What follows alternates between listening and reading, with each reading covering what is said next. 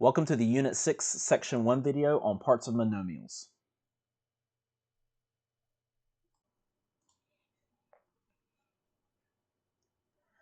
A monomial is a number, a variable, or a product of numbers and variables with whole number exponents. These are examples of monomials. You can have a number such as -9. You can have a variable such as y. You can have a combination of a number and a variable, where you have a coefficient and a variable together. 7a would be an example of that. You can have a coefficient with a variable, where the variable is taken to some exponent, such as 3y to the third. And your coefficient can be a fraction, as long as it's all numerical. 1/2 abc to the fifth would also be considered a monomial. These are not monomials. Square root of x, you cannot have a square root or a cube root or any other type of root, okay? You also cannot have a variable in the denominator, so x over y would not be a monomial. 3 minus 4ab is not a monomial because this has more than one term. 3 is a term, -4ab is a term. So since there's more than one term, it is not a monomial. Here's another example of a variable being in the denominator. 1 over x squared would not be a monomial. And this last example is a power that is negative. You cannot have a negative power and it be considered a monomial, because x to the -2 essentially is the same as having something in the denominator. And a little bit later, we're going to get into why that is. So let's identify whether each of the following are monomials or not. 4x squared, we have a coefficient, we have a variable, and an exponent, so that is a monomial.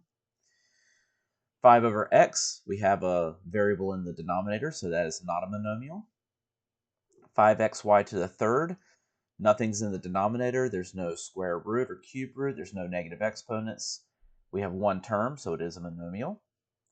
-7a squared b to the fourth, this is also a monomial. Square root of xy cannot have a square root, so that is not a monomial. And then 1/3 a to the fifth, we can have a fraction for a coefficient, that's okay, so that this is a monomial. Many monomials consist of a base, exponent, and coefficient. So the base is the number or variable being raised to an exponent. The exponent is the number that indicates how many times the base in a power is used as a factor. So here we have x squared, which is the same as x times x. We're multiplying x on itself 2 times. And then the coefficient is a number that is multiplied by a variable. So it is the number that sits out front.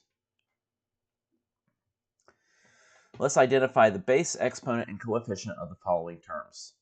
So for -7y to the third, our base would be y, our exponent would be 3, and our coefficient would be -7.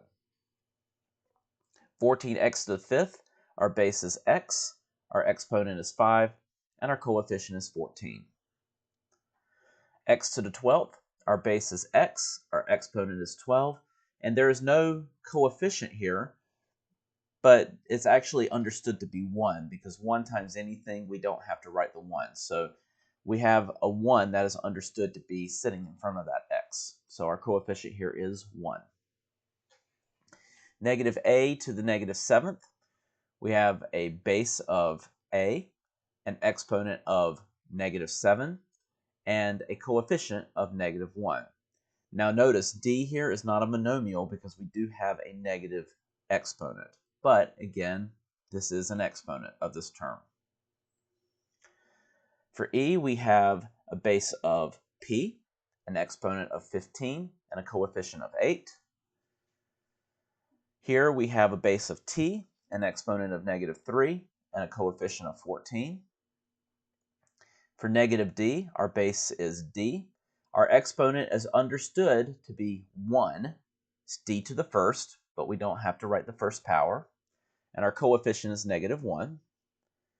And then for this one, our base is m.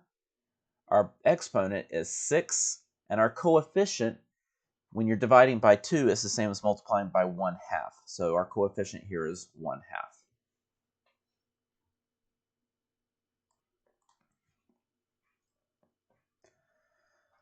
Like terms are terms that contain the same variables with corresponding variables raised to the same power. So like terms have the same base with the same exponent. The coefficients, however, can be different. So let's list the like terms in each set. So here in A, we're going to start with the first term at 5x squared. There's no other x squared terms, so we're going to move on to the second term, 6xy. We do have another xy term, and that is 7xy. So that is like terms in this set. There's nothing to go with the 4x, and there's nothing to go with the 5y. In this set, again, we'll start with the first term, negative 2xy squared. We look for another xy squared term, and we do have 7xy squared.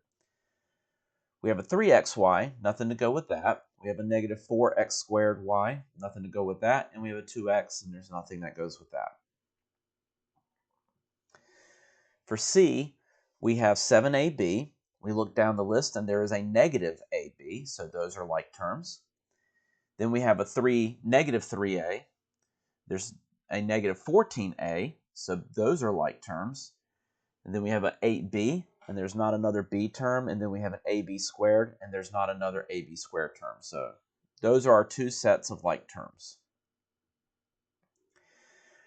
For this last one, we have 7x. We look down the list, and we have a negative x that goes with it.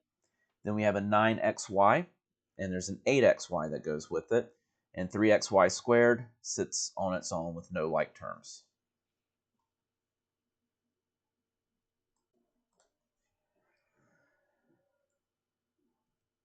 When monomials are added together, like terms can be combined. You can use the distributive property and the rules for adding integers to add like terms.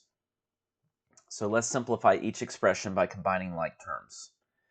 13x minus 2x, these are both x terms, so if you have 13x and you take 2x away from it, we can put the 13 minus 2 together and you get 11x.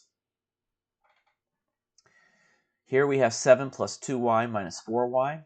2y and negative 4y are our like terms, so we're going to put those together and we will get 7 minus 2y. When you do 2 minus 4, you get negative 2y. 4a plus 12a plus 6b minus 6b. We can put our a terms together, we can put our b terms together, and then when we combine them, we end up with 16a plus 0b because the 6b and negative 6b cancel, so we're left with just 16a. For D, we have negative 8r plus 6r minus 10r plus r. All of those are r terms, so we can combine all of them, take all of our coefficients, put them together, and use our order of operations. Negative 8 plus 6 is negative 2. Negative 2 minus 10 is negative 12. Negative 12 plus 1 gives us negative 11r.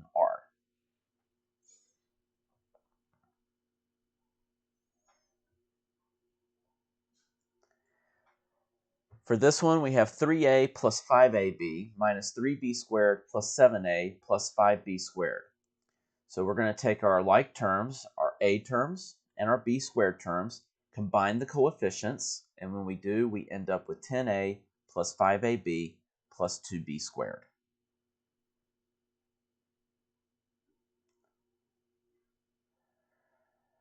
Here we have 7t plus 4m plus a minus 3a minus 7t plus m. So we're going to take our a terms, put them together, put our t terms together, and put our m terms together.